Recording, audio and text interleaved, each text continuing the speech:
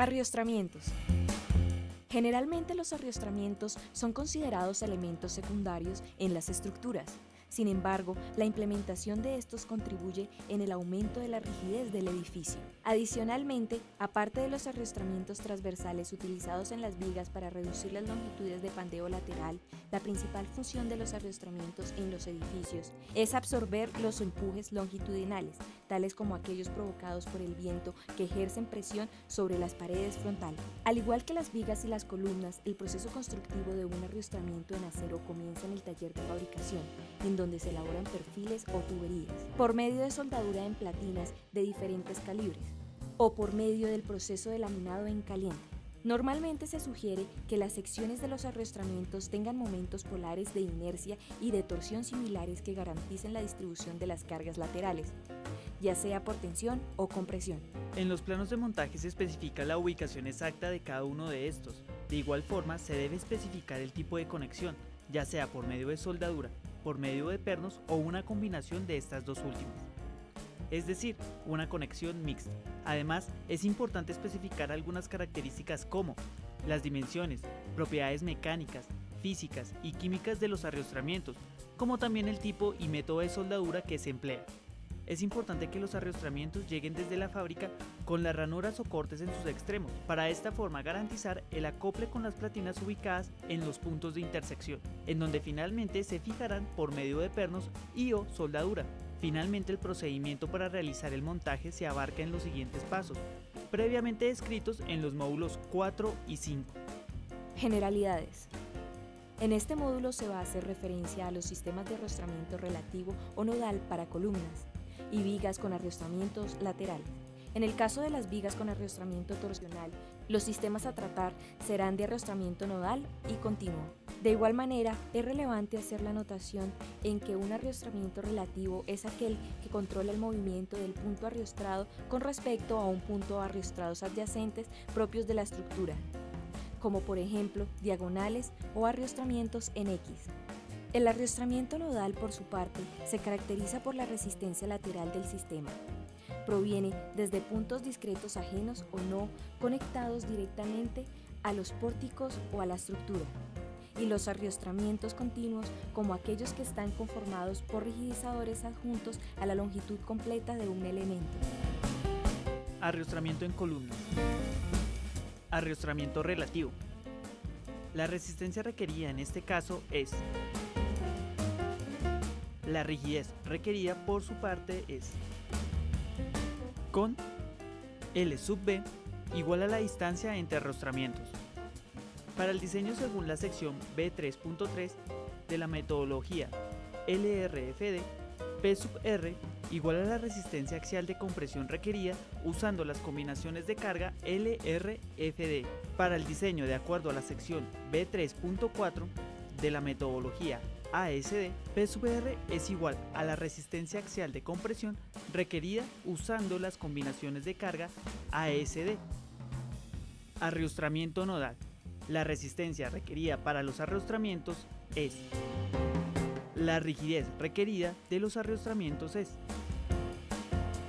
Estas últimas ecuaciones parten de suponer que los arriostramientos nodales están igualmente espaciados a lo largo de la columna, con para el diseño según la sección B3.3 de la LRFD, P sub R es igual a la resistencia axial de compresión requerida usando las combinaciones de carga LRFD. Para el diseño de acuerdo con la sección B3.4 de la metodología ASD, P sub R es igual a la resistencia axial de compresión requerida usando las combinaciones de carga ASD. En la ecuación A64, L sub B no necesita ser tomado como un valor menor que la máxima longitud efectiva, KL, permitida para la columna basada en su resistencia requerida, P sub R. Arriostramientos en vigas. Usualmente en los apoyos de la viga se debe proveer de la restricción de la rotación en torno a un eje longitudinal. Sin embargo, cuando se considera un punto de arriostramiento entre los apoyos, se debe garantizar el arriostramiento lateral, arriostramiento torsional o una combinación de ambos para prevenir desplazamientos relativos entre las alas o patines superiores e inferiores. De igual manera, es importante tener en cuenta que en elementos exigidos a flexión en doble curvatura, el punto de inflexión no debe ser tenido en cuenta como un punto de arrostramiento. Arrostramiento lateral. El arrostramiento lateral debe conectarse cerca del patín en compresión, excepto cuando se trata del extremo libre de una viga en voladizo. El arrostramiento lateral se debe conectar cerca del ala superior, a tracción. En el caso de vigas solicitadas a flexión en doble curvatura a lo largo de la longitud a ser arrostrada, el arrostramiento lateral debe conectarse a ambas alas en el punto de arrostramiento más cercano al punto de inflexión. Arrostramiento relativo. La resistencia requerida del arrostramiento es la rigidez requerida del arrostramiento, en donde C sub D es igual a 1 excepto en el siguiente caso. Igual a 2 se aplica el arrostramiento más cercano al punto de inflexión en la viga exigida a flexión con doble curvatura. H sub 0 es la distancia entre los centroides de las alas, en milímetros o en pulgadas. L sub B es la longitud no arrostrada lateral, para el diseño según la sección B3.3 de la LRFD. M sub R es la resistencia de flexión requerida usando combinaciones de carga LRFD. Para el diseño de acuerdo a la sección B3.4 ASD. MR es igual a la resistencia de flexión requerida usando combinaciones de la carga ASD. Arrostramiento nodal.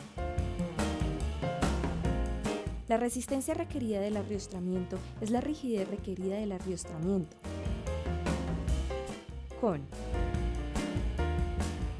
Para el diseño según la sección B3.3 del LRFD. M sub R es igual a la resistencia de flexión requerida usando combinaciones de carga LRFD. Para el diseño de acuerdo a la sección B3.4 ASD, M sub R es la resistencia de flexión requerida usando combinaciones de carga ASD.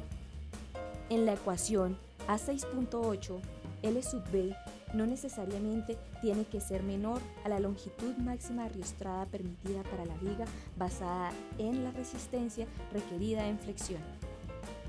Arrostramiento torsional. Se permite el arrostramiento torsional en cualquier ubicación de la sección transversal y este no necesita estar unido cerca del patín en compresión. Es importante hacer mención que un arrostramiento de tipo torsional puede ser proporcionado por una viga, pórtico transversal u otro elemento de diafragma conectado a momento. Arrostramiento nodal. El momento de arrostramiento requerido es la rigidez requerida del marco transversal o rigidez del diafragma es en donde con en el caso en el cual beta sub sec sea menor a beta sub t, la ecuación A610 resultaría negativa, lo que quiere decir que el arrostramiento torsional de la viga no será efectivo debido a que la rigidez distorsional del alma es inadecuada. Para el diseño según la sección B3.3 de la metodología LRFD, M sub R es igual a la resistencia de flexión requerida usando combinaciones de carga de la metodología LRFD.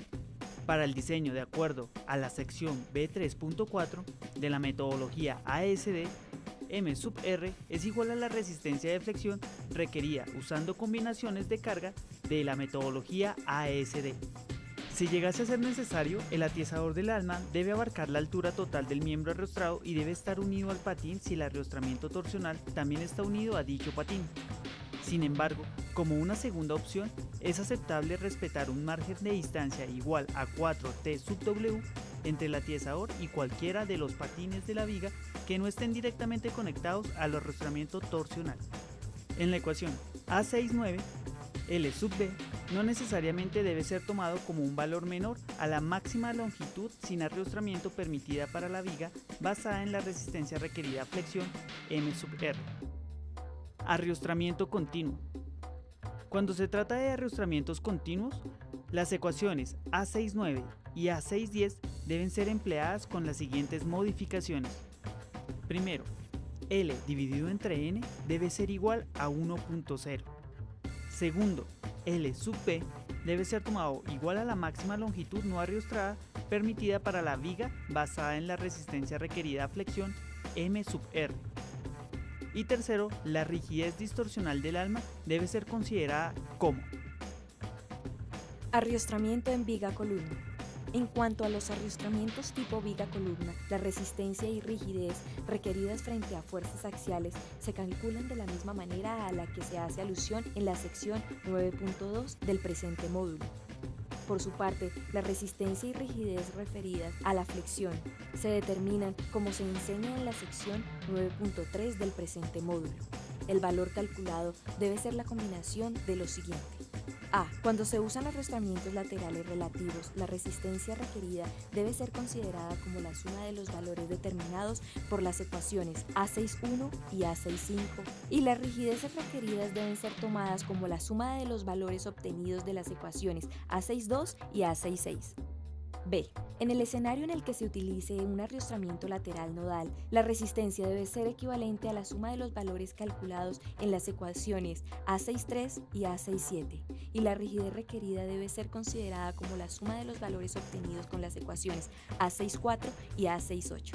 En estas últimas expresiones, L sub B debe ser la longitud no arriostrada real, es decir, se descarta la notación en la cual se establece que L sub B no necesita ser menor a la máxima longitud efectiva permitida con base en P sub R y M sub R.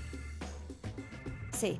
Y cuando el arriostramiento lateral es proporcionado para flexión en combinación con arriostramiento relativo o nodal para fuerza axial, en este caso, la resistencia y rigidez deben ser combinadas o distribuidas de tal forma que éstas sean consistentes con la resistencia proporcionada por el elemento o elementos de los detalles de arriostramientos reales.